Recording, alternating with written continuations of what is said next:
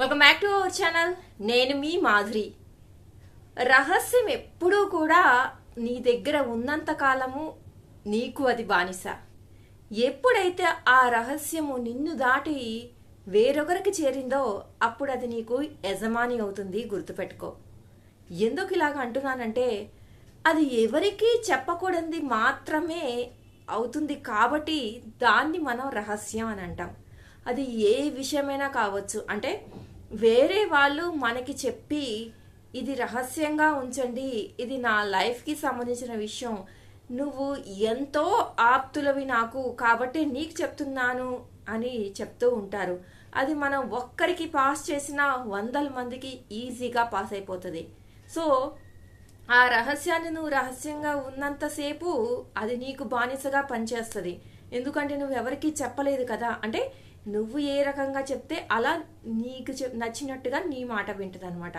అదే నువ్వు ఒకరికి చెప్పేసిన తర్వాత అది రహస్యం కాదు కదా, అప్పుడు అది నీకు యజమాని అవుతుంది. అంటే అది పక్క వాళ్ళకి చేరింది కాబట్టి ఆ పక్క వాళ్ళు ఇంకా పక్క వాళ్ళకి చేరిస్తూ దానికి ఉన్నటువంటి వాల్యూని తగ్గించుకుంటూ పోతారు. కాబట్టి అది లాస్ట్కి నీ దగ్గర నుంచే వెళ్ళిందన్న విషయం తెలిసినప్పుడు నీకు రకరకాల మాటలు వస్తాయి. కాబట్టి అది యజమాని అయిపోయి నిన్ను ఆడిస్తుంది అనమాట. కాబట్టి ఎప్పుడూ కూడా రహస్యాన్ని రహస్యంగా ఉంచటానికే ప్రయత్నించండి. అది మీది కానివ్వండి, లేదంటే పక్క వాళ్ళది కానివ్వండి, ఎవరిదైనా కానీ రహస్యము అనంటే మీలోనే దాచుకోండి, ఎవరికి చెప్పద్దు అనే దాని అర్థం అనమాట. మీ రహస్యమైనా కానివ్వండి, అది మీలో ఉంచుకోలేక కొంచెం బాధ తగ్గిద్దని కానివ్వండి, లేదంటే హ్యాపీనెస్తో కానివ్వండి, దాన్ని ఎప్పుడైతే ఇంకొకరికి షేర్ చేస్తారో అప్పుడే ఇక క్లోజ్ అయిపోయినట్టు అనమాట మీ చాప్టర్. అంటే అది ఎవరికన్నా తెలియకూడదు అని అనుకుంటారో వాళ్ళకే వెళ్ళి చేరొచ్చు. అది బయటపడితే ఎన్నో జీవితాలు పోతాయి అని అంటే నిజంగానే బయటపడ్డాక చాలా విధ్వంసాలు జరగచ్చు. రహస్యానికి అంత విలువ ఉంటుంది అనమాట. అంత వాల్యూ ఉంది, అంత గూఢంగా ఉండాల్సింది కాబట్టే దాన్ని రహస్యం అంటారనమాట. కొన్ని జీవితాలు కూడా పోతాయన్నమాట రహస్యాలు బయటపడటం వల్ల.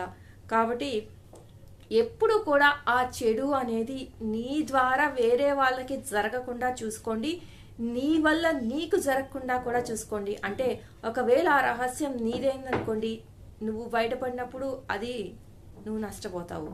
అది వేరే వాళ్ళదనుకోండి, వాళ్ళు నష్టపోతారు. కాబట్టి ఏదైనా బయటపడినప్పుడు జరిగేది నష్టం అయితే జరుగుతుంది అనమాట ఖచ్చితంగా. కాబట్టి ఎప్పుడూ కూడా బయటపడకుండా పెట్టకుండా ఉండటానికి ట్రై చేయండి.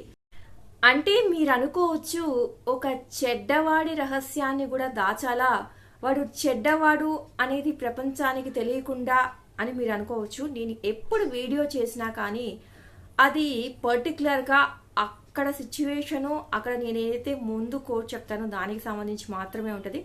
అన్ని సిచ్యువేషన్లోనూ దీన్నే ఫాలో అవ్వాలి అని చెప్పడం కాదు నా మీనింగు.